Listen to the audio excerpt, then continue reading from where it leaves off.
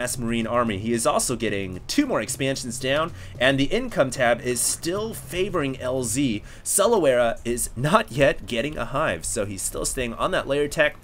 Is getting flyer weapons level 2. Now here comes the Mutalisk once again. Is LZ going to be able to hold this off? Looks like the Mutalisk gonna get some free pot shots on these barracks. Where is LZ? You gotta bring the Marines back to save your production facilities.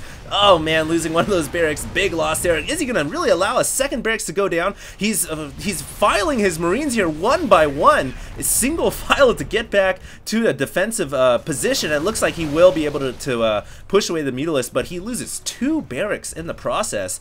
That's gonna hurt his production for the next couple of minutes. He's gonna have to find another place to throw down those barracks, and he's also throwing up quite a few turrets as well, which obviously, you know, smart play, you know, throw up your turrets and to defend your mineral lines and your barrack centers. And he's also replacing his barracks here at the natural. Income is now, whew, look at that. We right as soon as I opened that tab, it was actually below for CellaWerra, but now he's just pumped way ahead of the Terran. So now this game, you know, it could be anybody's game. 116 food for the Zerg and LZ at 138. So the Zerg player is really not that far behind, if behind at all. He has these Mutalisks in the air, which obviously keep the Terran player contained. And I was talking about this in my last tutorial video. Mutalisks are great because look at LZ. He cannot push out until he has critical mass, until he's sure that his turrets can cover his base, and he's even forced to possibly leave a couple Thors behind just to make sure his base doesn't get raided by that huge flock of Mutalisks. And it looks like, no, CellaWerra gonna back off. I thought he was gonna go into the third, which could be a wise decision. It looks like Cella is going to be saturating that 4th up, doesn't really have great saturation at the 3rd, but he's just working his way up, just teching his upgrades. Mutalisks with +2 weapons, and that's huge for these glaive worms because they do 11, and then when they deflect, I believe that they do 7. I think they do 7 normally. Maybe they do 9. I'm not actually sure on the bounce damage, or if it even receives a full +2.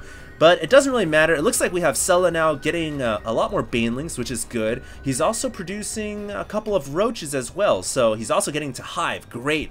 I was gonna say, when is this guy gonna finally get to hive tech? You need hive to be able to deal with the late game Terran. You know, Broodlords are great against this massive ball because look at the anti-air here. It's really lacking, and Broodlords have incredible range. So that's something that our Zerg player CellaWerra can definitely abuse. It looks like his Mutalisks and his ground forces are just kind of chilling on the high road here, and the Mutalisk could be thinking about going in. Is LZ gonna pull back his forces to defend? These Marauders and dropships are very open right now to CellaWerra. CellaWerra gonna move in here and do a lot of damage. Gonna take out some of these Marauders and these dropships.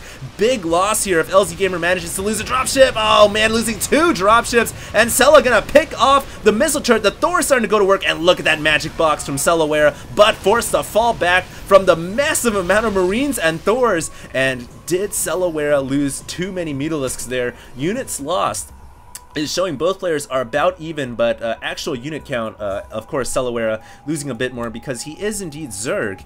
But was that worth it? I think that was a fair exchange. He took out 2 dropships, a handful of Marauders, and he was about to go for the Thor. I think he lost maybe 3 or 4 mutas, so not a bad trade. But man, this is a scary army. 199 Terran power to the maximum. 199 max here. This is a handful of Marines, Marauders, and Thors, and here we go. CellaWerra going to engage. Is he going to use the Mutalisk magic box stack trick? It's going to be really hard to tell here. It's just a bunch of banelings exploding on everything, and a lot of the Thors here are still alive, and this is what I'm talking about. Even with the magic box, if you've got enough Thors and the Zerg doesn't have enough Mutalisks, then it's going to be a win. That battle was a win for LZ, and now LZ can go ahead and stim and take out this hatchery. It looks like there's a party coming in here of Zerglings to try to save the hatch. It looks like it is going to go down, but the 3 Thor is going to get taken out.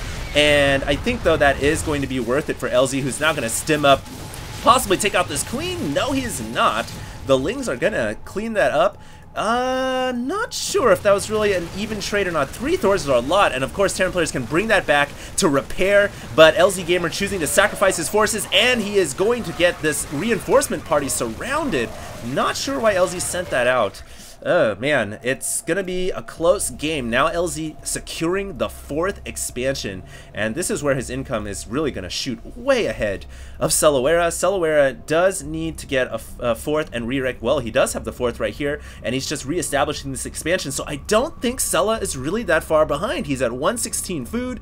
LzGaMeR at 119. I honestly think losing those 3 Thors and that handful of units was probably not worth it for LZ, because they can come back and repair, and a hatchery is so easily reconstructed, and I doubt even CellaWerra has enough drones to saturate 4 full bases.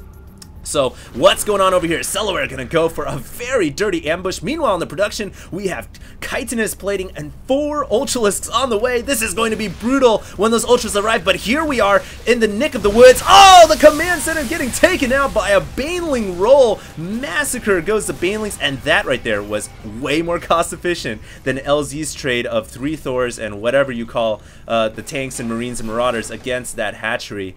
So wow, Banelings do a lot of damage to structures. They do, I don't even know where it shows how much damage they do to structures. Boom!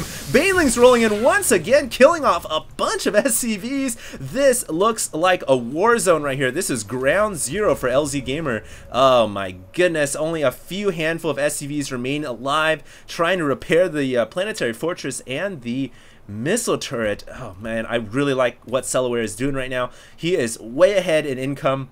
With 72 harvesters, LzGaMeR now has no mining going on, almost no mining whatsoever, 460 minerals per minute.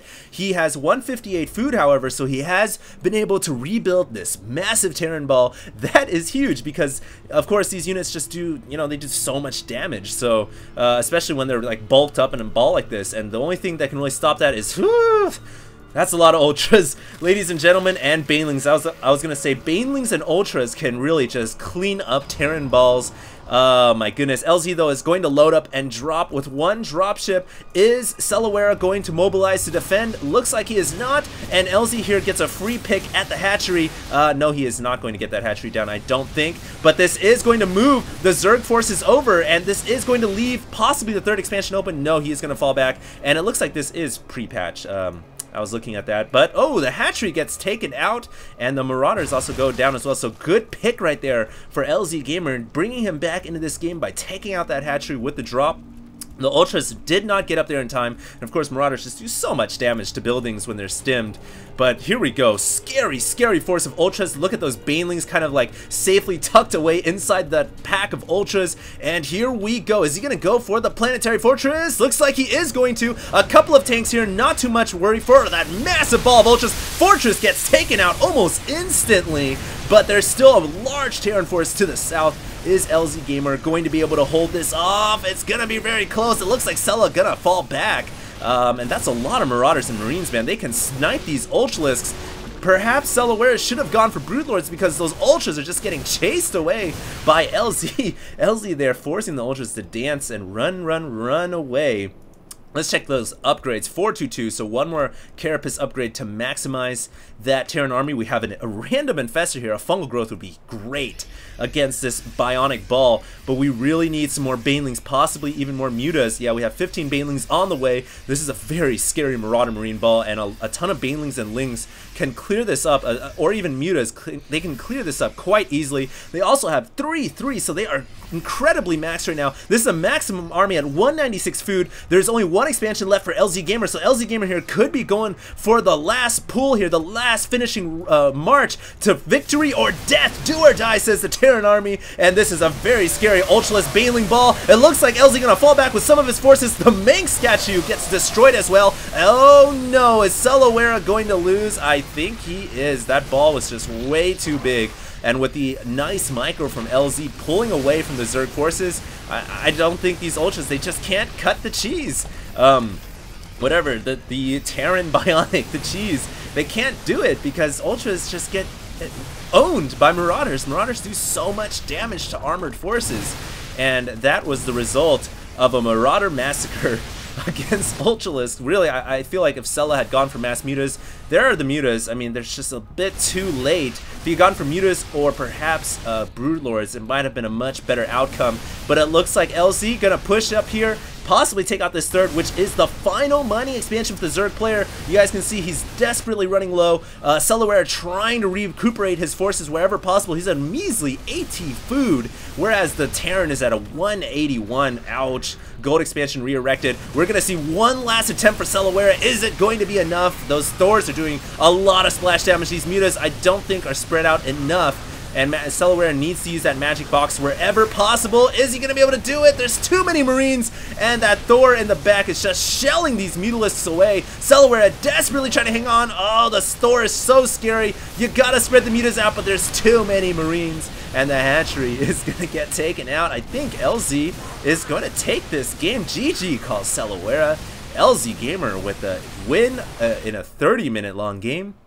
But I just want to say, what an incredible battle from the beginning to the end. And I really do like LzGaMeR's opening. That double command center opening really sprung him forward, even against this Korean Zerg, who, you know, you might favor the Koreans in a Korean versus US matchup. But LZ obviously showing the power of that 1-Rax Reaper, 3 Reaper harass, and then just going for that double command center and muling hard and getting his SCV count up. It almost looked like he was going to lose, but eventually that Terran ball just kind of pushed forward, and Ultras unfortunately never really were fighting on creep over here.